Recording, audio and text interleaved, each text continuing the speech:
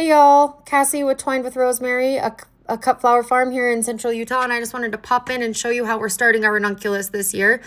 I've got a couple tips that I'd love to share with you as we get started. So let's just jump in. Right here, we're just going to start by soaking our corms. This is something that's really important in order to help pre-sprout them. This is not necessary. You can plant them straight into the garden, but it really does help give them a really great head start as you're trying to sprout your ranunculus. So we're just doing them in some like lukewarm water, not cold, not hot. You don't want it too hot. Ranunculus is a cool flower. They like colder temperatures. So I don't have it cold, but I have it like a warm to touch temperature, and we're just going to soak all of our corms right now. So I'm pouring them into the water. We're going to make sure that they're getting fully submerged into there. And we only want to soak them for 2 to 4 hours. I like to soak mine closer to 2 hours. I've had really great success with that. They don't get too soggy and they don't rot once we put them in the soil. All right, so as we're letting our corms soak, we're going to go ahead and just put some dirt on the bottom of these trays. We don't need a whole lot. We just need a fine little layer of dirt here, enough that when we stick the corms in, they're not touching the bottom of the tray. So we're just going to do this for 2 trays. I've got 2 trays to sprout, so we're just going to go ahead and do this for both of these trays. Perfect. Now that we've soaked our corms for 2 to 4 hours, we're going to pull them out of the water and we're going to plant them into these trays.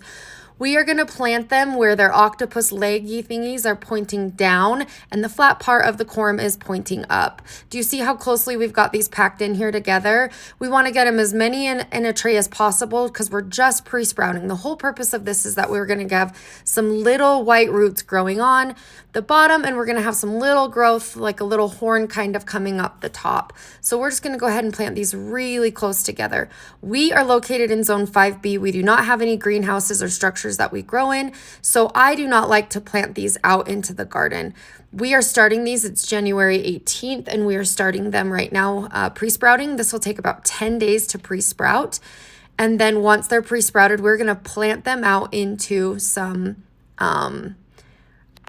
pots. We're going to grow them on in containers this year. Last year I grew them in the garden, but because we're located in zone 5B, it's a little bit finicky with the weather. Our freezing temperatures freeze all the way into June, and then all of a sudden it's like 80 degrees outside, which is way too warm for ranunculus.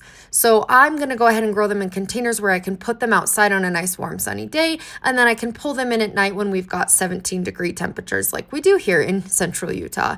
So as we're just going to keep on doing these, planting these really close together in these trays, we don't want them touching each other. You're not going to water the dirt at all.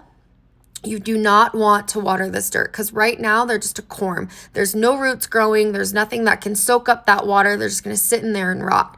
So we want to make sure that the water is moist right now, but not soaking wet. So as we're doing this, we're just going to make sure that our dirt is not too wet and not too dry.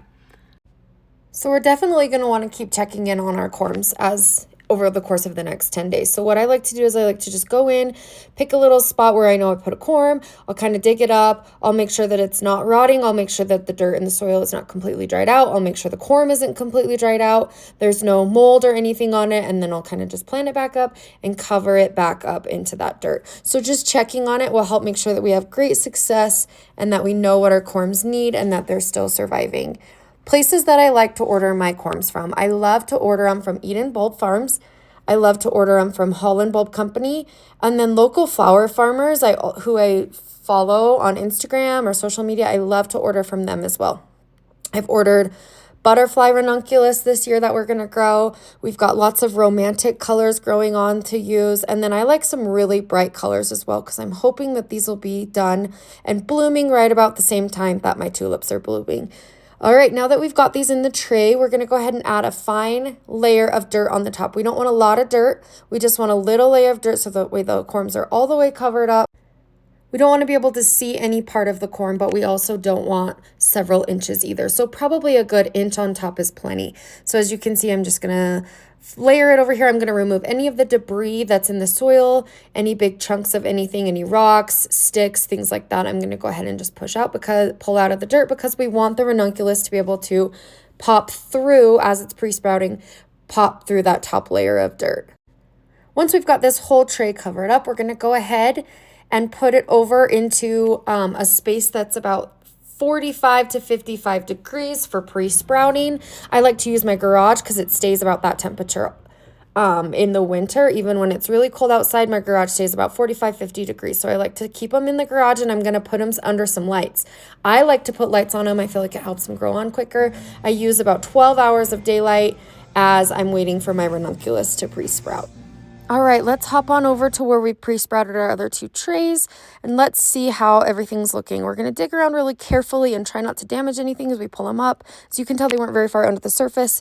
This corm looks great. There's no rot or anything on it, but there's also no growth. So we're going to go ahead and tuck it right back in. We want it to try to continue to grow on, get some roots and some white horns. I'll show you what I mean by that. It's just a little bit of nub of growth, and I call it a little horn because it kind of looks like one. Oh, let's see if we can see it on here. Yep, there it is.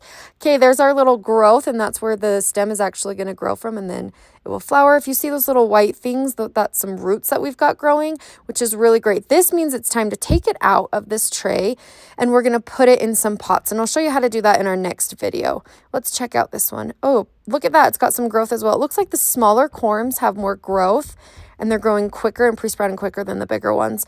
Okay, you guys, subscribe, follow along, like, comment, check in our next video to see how these are going. I'm going to teach you how we're going to pot them up, how far apart we want to pot them in those pots, and some more tips and tricks for growing ranunculus.